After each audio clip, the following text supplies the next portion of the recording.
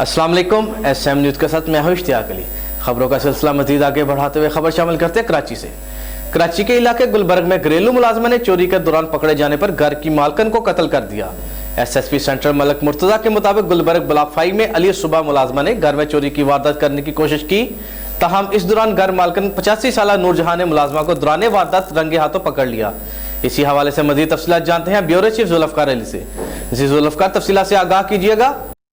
जी बिल्कुल, SSP central Malak Murtaza के मुताबिक गुलबर्ग ब्लॉक 5 में अल सुबह मुलाजमा ने घर में चोरी की वारदात करने की कोशिश की, ताहम इस दौरान घर मालकन 85 साल नूरजहां ने मुलाजमा को दौरान वारदात रंगे हाथों पकड़ लिया।